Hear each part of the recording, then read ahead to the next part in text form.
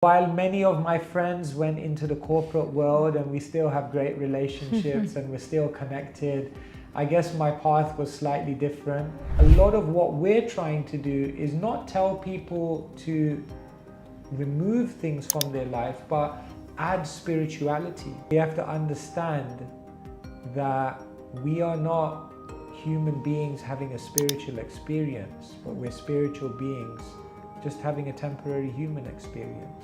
What Krishna teaches in the Gita is that pain has a purpose. Problems are meant to lead to progress.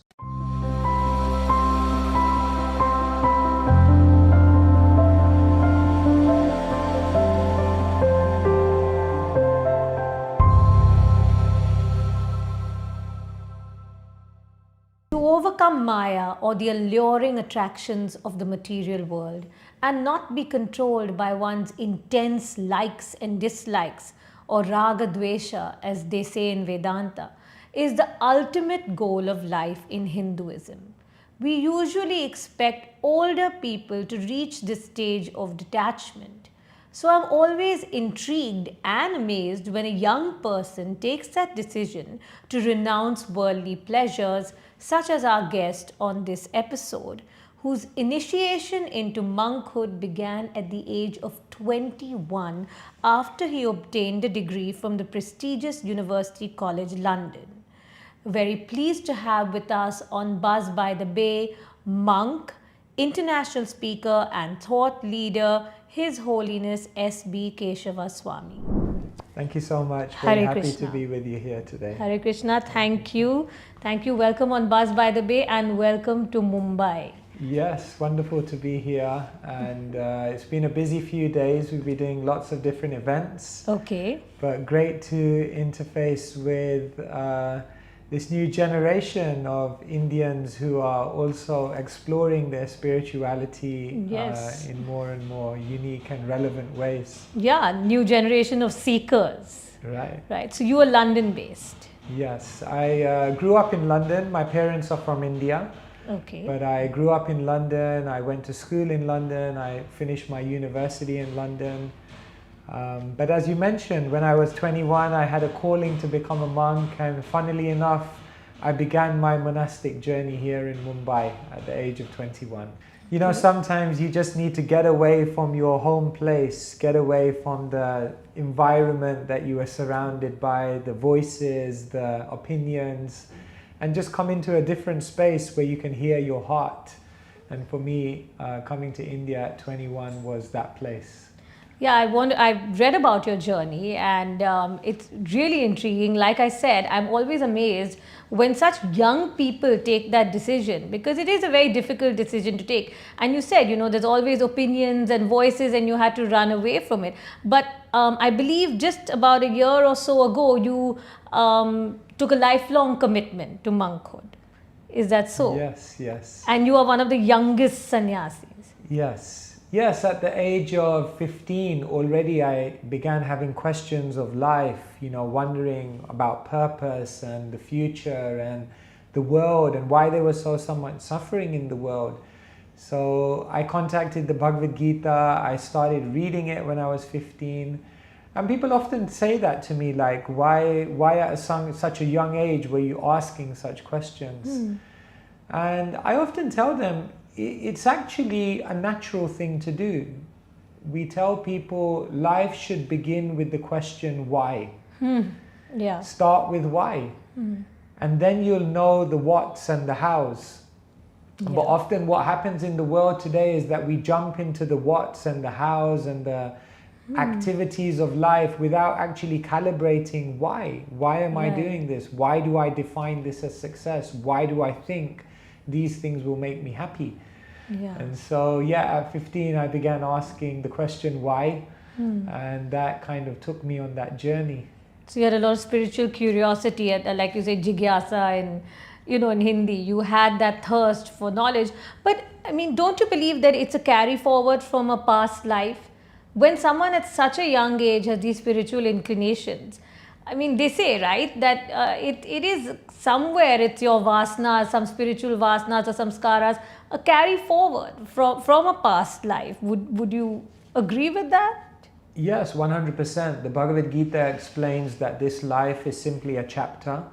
And in previous lives, we've already undergone a certain level of spiritual evolution. Yes. And what we do in this life is there's something which basically triggers us to just continue on from that very same point.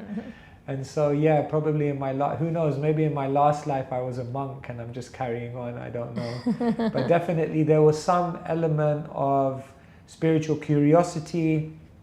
And also as a young child, I was always attracted towards minimalism, simplicity. When I read the Gita and I was 15, I can't say I understood it immediately, because it's a complex book and a lot of the knowledge did go kind of over my head. But in the coming years, speaking to monks, asking questions, challenging with curiosity, the knowledge seemed to just, I guess, reinforce everything that I was feeling within my heart about life. Right, yeah. So you're a young person, but a very old soul. That's one way of looking at it, you know. So when you came to India at 21, I mean, your parents of Indian origin, but you were born and brought up in the UK. When you came to India, was it your first time to India? No, I'd been to India 3 times before. We had obviously lived with family. My family's from Gujarat, so we had spent time there. And of course, we had traveled around India to the Taj Mahal and, you know, all the other iconic places. But I guess this was the first time I was coming to India to perhaps explore what we would say is the real gift of India, which is the spiritual culture, the spiritual tradition, the spiritual wisdom. And therefore, living within spiritual community in India was something I'd never experienced before. So it was a culture shock at 21 to do that. You know, someone who had been, you know, brought up in London. Here I was in India in the Mumbai heat, sleeping in an ashram on the floor, living out of a locker, waking up at 4 a.m. every morning, and my whole life from morning to evening was spirituality. Where were you? Which ashram? You were at the Chowpatty ISKCON. Yeah, so I began here in Chowpatty, which was a growing community and now is kind of bursting at the seams. Yes. But at that time it wasn't as busy, and it's often been labeled the simple temple. So did you always know you'd want to be part of ISKCON, the International Society for Krishna Consciousness? Did you explore other ashrams in India when you came at 21? I grew up in London, as I mentioned, in a Hindu family, so I went to practically every single temple there was in London. That means the Swaminarayan temple, the Hare Krishna temple, the Pushti Marg temple. I even had some Jain influence in my life, so I used to go to Jain temples. Okay. And I have to share with you that for me, it wasn't so much about ISKCON, but what really attracted me was wisdom, the Bhagavad Gita, knowledge. Yes. And I guess ISKCON and the Hare Krishna movement was the place where I found the most accessible spiritual education. Yes. And so I think I naturally gravitated towards joining an ISKCON ashram. And so, yeah, I didn't really live in any other ashrams. It kind of started with ISKCON and has continued on. A lot of travelers come and, you know, the seekers, they come, they go to Rishikesh, they go to Kashi and to so many different places and try out so many versions of Hindu spirituality. But you knew it was the Gita and wisdom from the Gita. And so, of course, ISKCON was a natural, logical choice. Very interesting. And now you are one of the youngest sannyasis. Also, you are an influential Hindu faith leader, a British Hindu faith leader. But you have met many leaders, world leaders and British prime ministers. You interact with them quite a bit? Yeah, in London we have a great tradition and a great public relation with the government, with many influential people in society.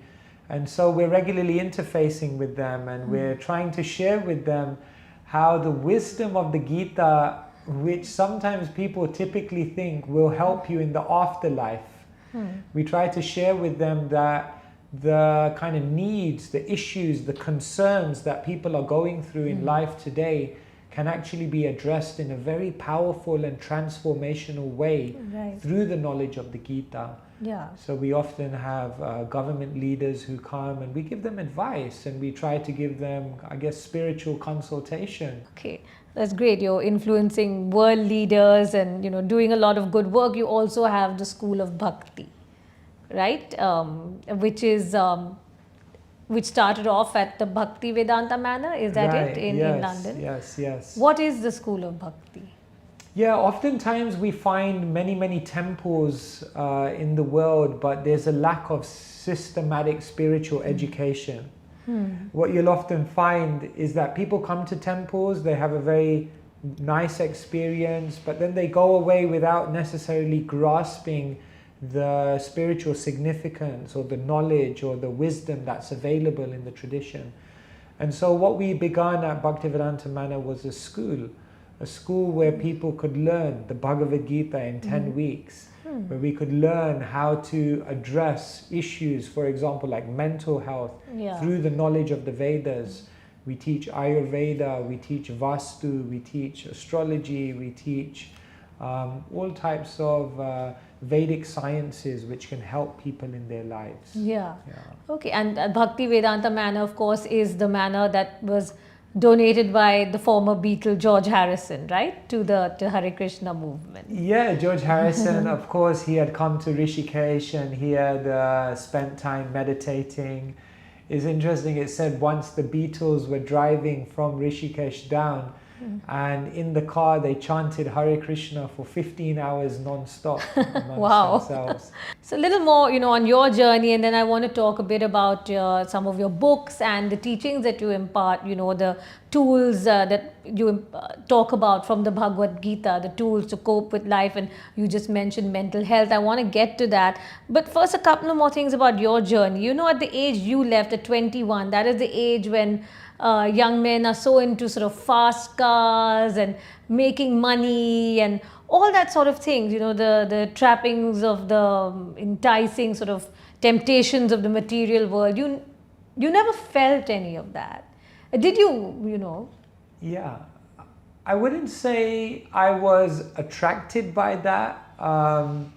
But at the same time, I was drawn towards making a contribution in the world.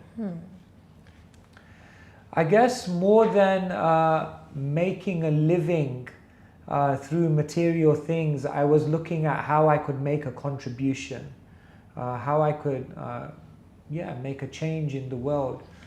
And so while many of my friends went into the corporate world and we still have great relationships and we're still connected, I guess my path was slightly different.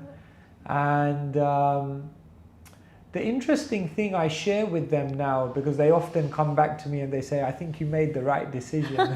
Really? Yeah, but I often share with them that actually we don't take a path by chance. And I tell them that even though they're functioning in the corporate world, they're surrounded by material things, they have houses, homes, cars, material possessions, they can still lead a very spiritual life. Okay. And that they don't have to become monks, they don't need to leave it all behind. But I guess for me that was a kind of, as you mentioned, a unique kind of character that I was carrying from a previous life where perhaps I just wasn't attracted by that. Right. But it need not be an impediment or an obstacle at the same time. So that's interesting, and more people are saying that, right? To become spiritual or to become deeply spiritual and to study the scriptures, you don't have to sort of leave your family and go and meditate in the Himalayas. I mean, you can be, of course, a householder, and you can be working and living, working in the material world, having a proper job and a family and a social life, and still be spiritual. So you're saying it's not at odds with each other, right? Yeah, it's not that spiritualists don't own things, it's that they're not owned by things. Ah, right. Nowadays we tell people, are you using your phone or is your phone using you? And the problem comes when we enter into the material world, we create this life around us and then we become imprisoned by it. Yes. And so material possessions, achievements, positions in the world are neutral in one sense. Just like a knife, it can cut a fruit and it can give life, Right. or it can be used in a very harmful way. Yes. And so in the same way, if individuals utilize their material situations for a higher purpose, Yes. then it can very much augment their spiritual aspirations. No, I love that, don't let things own you. You own them. That Yeah. shouldn't be your one and only goal in life, is to keep acquiring things, things. That's not it. There's a much higher purpose that we have.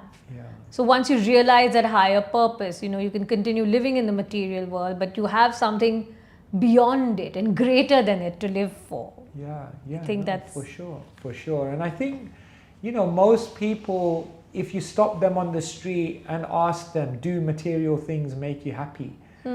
I think most people will probably say, no, I don't think they make me happy. But the interesting thing is we keep endeavoring for that.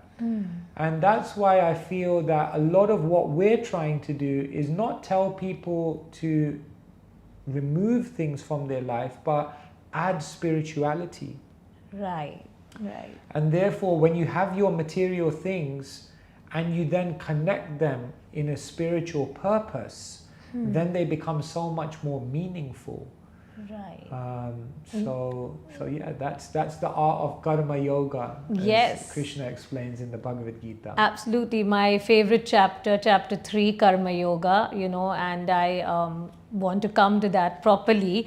But just before that, your Swami was Kadamba Kanana Swami. Yes. How did you meet him? I met him first in 1999 in India. And then I kind of had connections with him over many years. In 2008, he formally became my guru.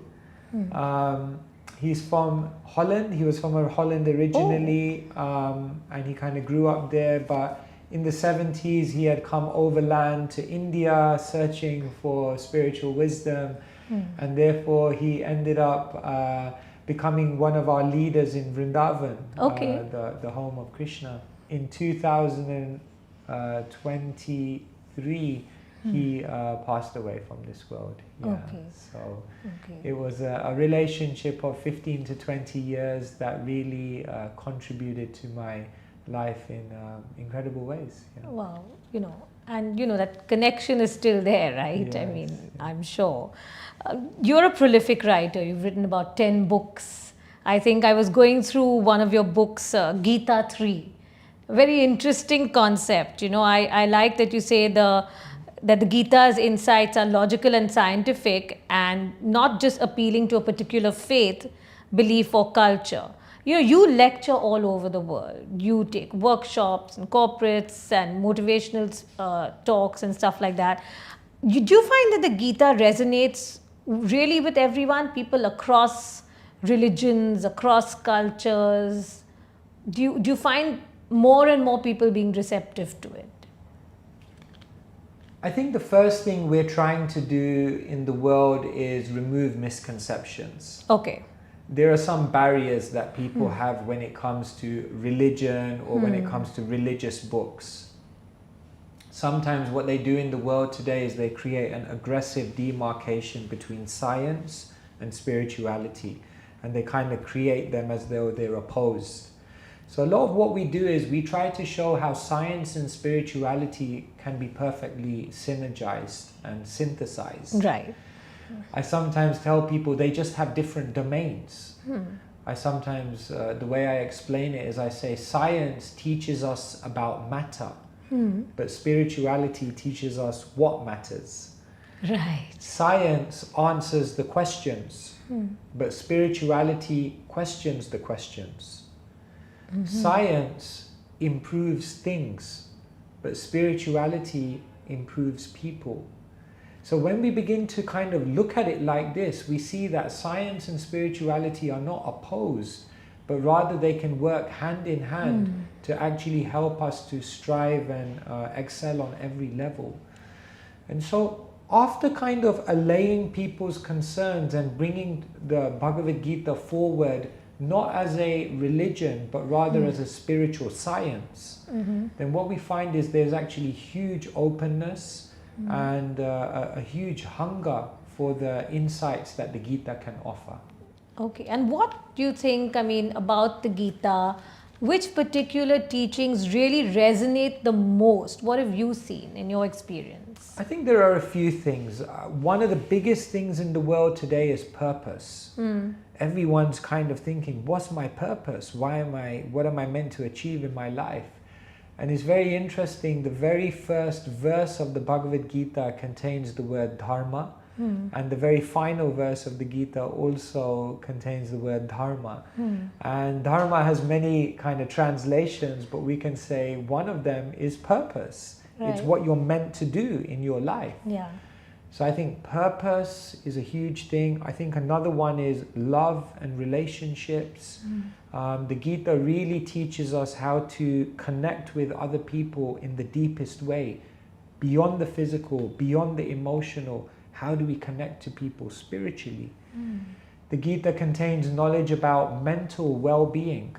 Now the World Health Organization says that mental health will be the biggest challenge moving forward in the world today. And so Krishna teaches Arjuna, the mind can be the best friend or the worst enemy. Yes. And he goes on to unpack how to befriend the mind. So all of these kind of areas of concern in the world have actually been discussed by Krishna threadbare in the Bhagavad Gita. Right, absolutely. I mean, I always say that the Bhagavad Gita is the original self-help book. Yeah. These days we have so many self-help books, you know, which are so, they're trending. They're so famous and they're so popular.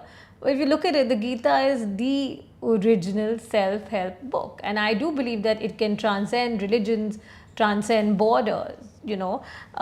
In your book, Gita 3, you say that the Gita challenges the principles which underpin our life, right? And you've given some examples. And I thought that was very interesting, the examples that you gave.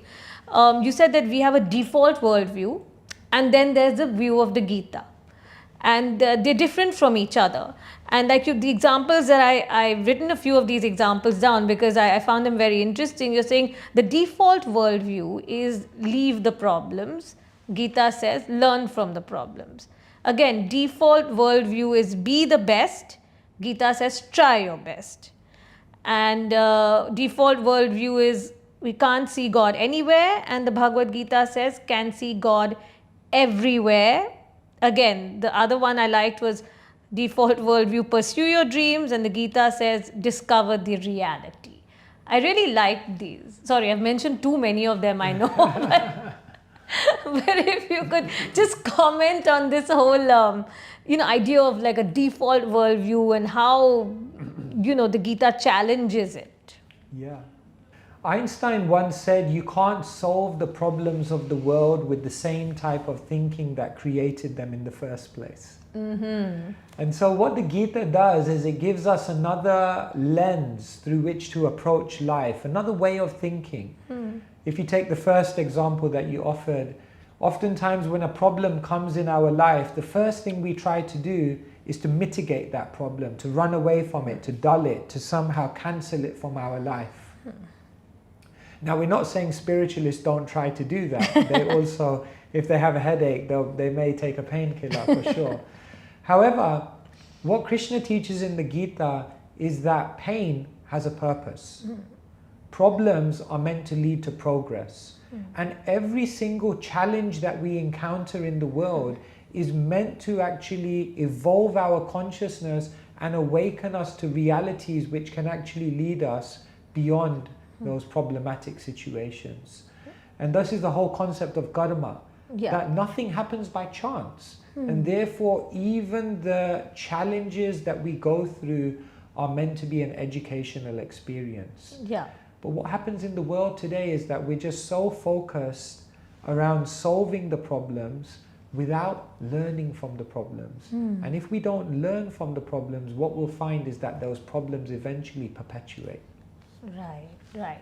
But it's hard to cultivate that mentality, and that I guess you have to take tools also from the Gita. But suppose something, unfortunate happens to you. Either you lose your job, or you go bankrupt, or have an accident and lose a limb. I mean, how you have to cultivate that mindset to look at this painful situation as something that can help me evolve. It's not easy doing that. How do you do that? Yeah. It's not easy because it requires us to change our vision. We don't see the world as it is, we see the world as we are.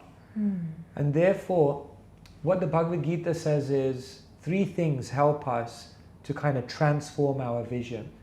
One is spiritual wisdom, another one is spiritual people, and the third one is spiritual practice. By sustained contact with spiritual wisdom, when one then goes into the world and encounters problems, because of that lens of wisdom, they begin to perceive those problems in a different way. But it's not simply wisdom, it's spiritual people. Sometimes just hearing the wisdom is not enough, but when we take the company of those who are living that wisdom, then their conviction, their faith, their kind of realization of that wisdom also becomes instilled within you. So contact with spiritual people also evolves one's vision. And then spiritual practice. When one actually practices meditation, yoga, and actually feels a connection with God, then when things happen in the world, they don't simply see it as an occurrence of nature, but they see it as the hand of God. And when you begin to see that this is the hand of God, then if God loves me, it must mean there's something I'm meant to benefit from here. Yes, meditation really does help you, transcend a few of these worldly problems. It does. I mean, of course, it's as Lord Krishna says, abhyasa, you need, constantly. And then that vairagya, that detachment has to also come in. But yes, that constant abhyasa will, I suppose, take you to that level. And then again, I like this one, pursue your dreams is the default worldview and discover the reality. So again, if you could just comment on this a little more. Yeah. In life, there's expectation and there's reality. And what happens in the material world is that our expectations always exceed the reality. But it's said in the spiritual world, the reality exceeds your wildest expectations. So what we tend to do is we create certain dreams in this world. I want to do this, I want to go there, I want to be with this person, and we create all these material dreams that we seek. And oftentimes what happens is when we pursue these dreams, a few things may happen. Number one, we may not fulfill our dreams, frustration. Number two, we fulfill our dreams, but they're not as amazing as we thought they would be, frustration. Number three, we achieve our dreams, they're good, but then slowly the novelty begins to fade away, frustration. Or number four, we achieve our dreams, it's good, it seems to stay, but along with that dream comes something else that you weren't expecting as a dual add-on that leads to frustration. And therefore what Krishna says in the Bhagavad Gita is because we're spiritual beings, if we constantly seek after material dreams, they'll always end up in frustration.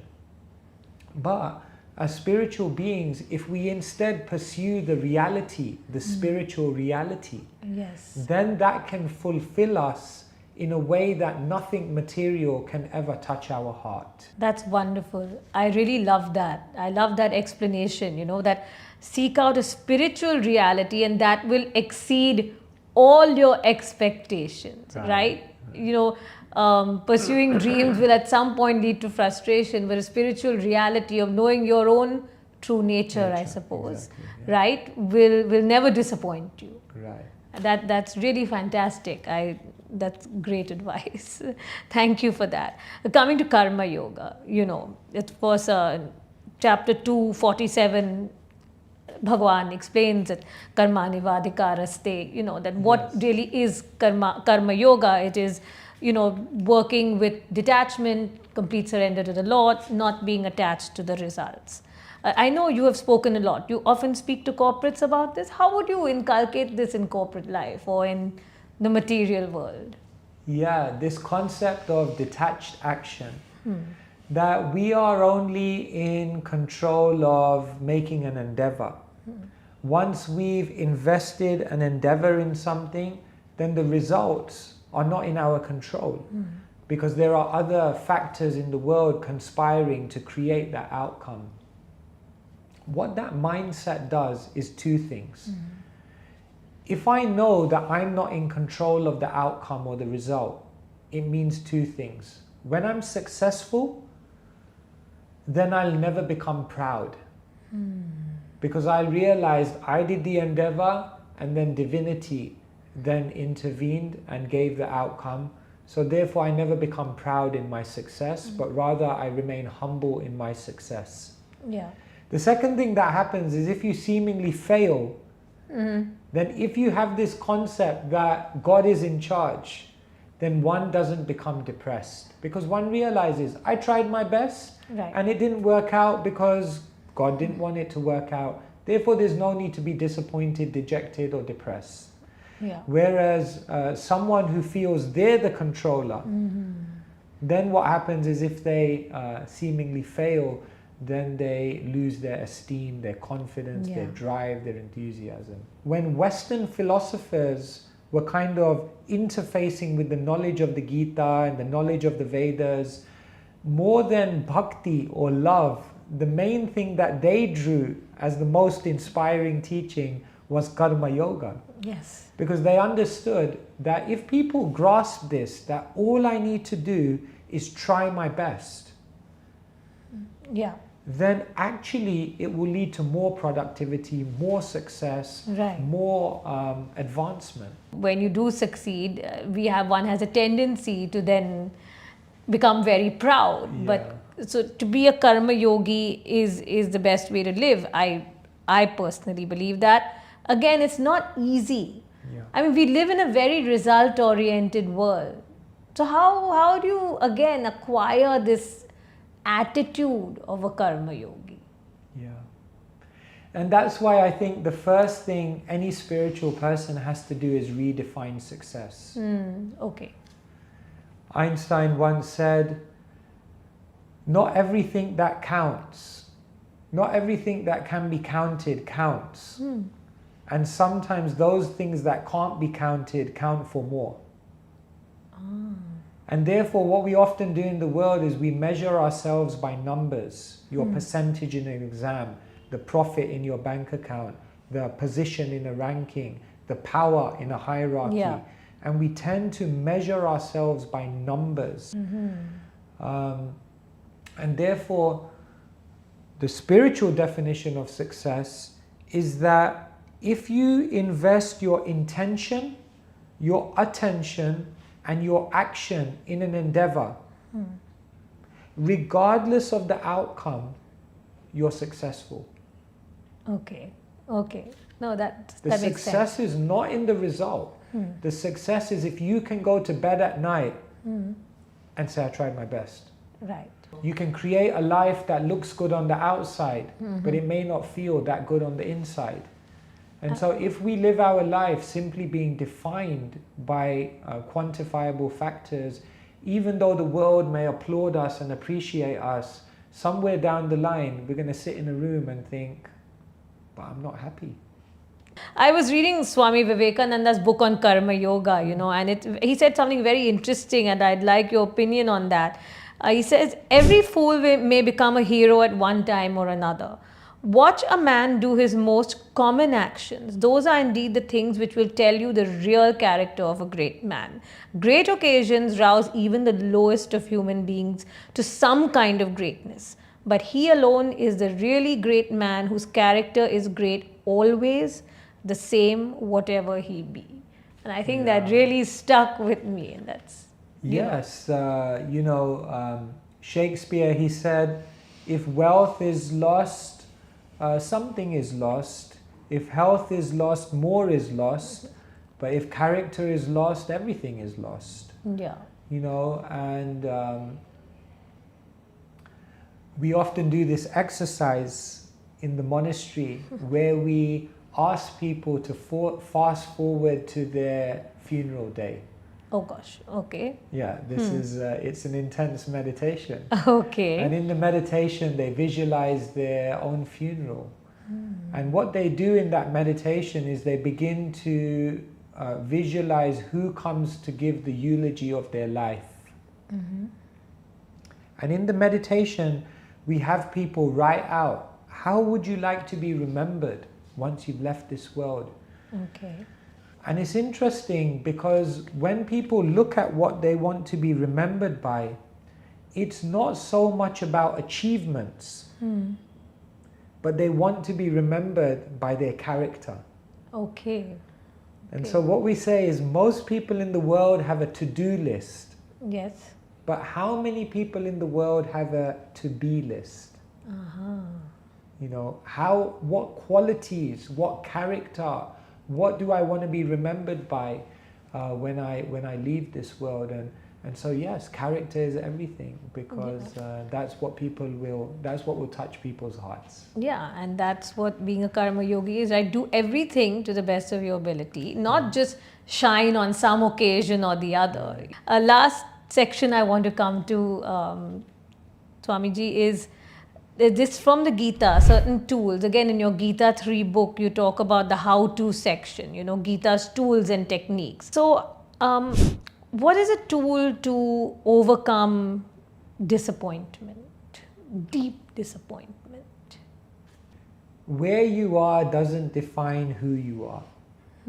This is a core teaching of the Gita. Okay. The reason we become disappointed is we encounter a situation and in our mind we say this is the end. But what the Gita says is that at any point in your life you have the power to say this is not how the story is going to end. Krishna explains to Arjuna that there's one thing I give you which I will never take away, and that's free will. That's the opportunity to make decisions. And so disappointment overpowers us when we feel we've come to a dead end. Okay, very nice. What about this fear of death or grave illness? Most people have it. It's very common. Right? Even in the Yoga Sutras, it's a klesha and a fiction, abhinivesha, like this fear of death. How does the Gita teach you to overcome this? Can you ever overcome this? Yeah. Well, what Krishna says in the Gita is that, of course, we are eternal beings. This life is simply a chapter, and death is not a full stop, but rather it's just a comma. And of course, that kind of realization that I go beyond this body, that's a deep spiritual realization, and requires years of spiritual practice to actually begin to identify oneself as a spiritual being and not identify with this body. So the only real way to overcome the fear of death is self-realization. Self-realization. And that means we have to understand that we are not human beings having a spiritual experience, but we're spiritual beings just having a temporary human experience. So you're not a body with a soul, you're a soul with a body. Right. Okay, essentially that is the teaching. It takes time to reach that realization. Work in progress. Work in progress. What about tools from the Gita to inculcate a growth mentality, to keep evolving? The Gita explains that we have all been invested with abilities. We have all been invested with intelligence. And Krishna, in fact, in a beautiful verse of the Gita says, I am the ability in each person. And so the growth mentality is very, very beautiful because it helps us to continue exploring the untapped potential the unleashing that kind of superpower we have within us. And that can only be done with a growth mentality. The moment we become imprisoned in comfort, the moment we become imprisoned in kind of just the mechanical kind of life that we've created for ourselves, that's the moment when we block ourselves from unleashing that potential within. And so Krishna says every soul is amazing, and that amazing contribution that the soul can make can only be untapped by the growth mentality. And so that growth mentality is very much encouraged by Krishna, so that we can find our superpower. Okay, to find our superpower. Lastly, I mean, this is something I've always contemplated, and I'm sure, the Gita has an answer to it. How much of our fate do we control? How much is already ordained? Does the Gita teach us how to mitigate the effects of bad karma? Can we change our fate? Krishna explains in the Gita that life is an interplay of fate and free will. Both aspects are alive in our journey. Fate refers to how our karma from previous actions in this life and previous lives, fate refers to how that karma is playing out in the world now, in our life. For example, the body we have, this is fate, it's karma. Yeah. It's fate that I'm 6'5" tall, for better or worse. So fate is basically the karmic stage upon which we are now living. However, on that stage, we have free will. And therefore, on that stage, we can decide how we want to act now. And how we act now and utilize our free will then go on to create our next fate or our next stage. Okay. And so we are constantly living out our destiny and simultaneously redesigning and redefining our destiny. Yeah. And it's a beautiful teaching because, as I mentioned, it helps us to deeply realize where I am doesn't define who I am. Right. And we always have the opportunity to evolve to where we want to be. Okay, wonderful. Actually, I know I said that was the last, but lastly, for you, what is the greatest mantra for success? If you can give us your personal mantra for success. Well, of course, we do chant the Hare Krishna mantra, which is made up of the names of Krishna, Ram, and Srimati Radharani, which we very much take to our heart. But another very practical mantra that has really helped me in my life, and which I find to be very empowering, is progress over perfection. Progress over perfection. I feel sometimes in life people are so fixated on perfection that they become dejected, that they become hopeless, that they feel that it's just so far away that they'll never reach it. But what they miss out on is the incredible potential of progress. Incremental progress every day is more important than constantly meditating on perfection. Bill Gates said, most people overestimate what they can do in 1 year and they underestimate what they can do in 5. And so if we have that long-term, incremental, consistent approach, amazing things can happen. That's a beautiful mantra to leave us with. Progress over perfection. It's been such an enlightening conversation. Thank you so much, Swamiji. Thank you so much. Hare Pleasure. Krishna. Hare Krishna. Thank you.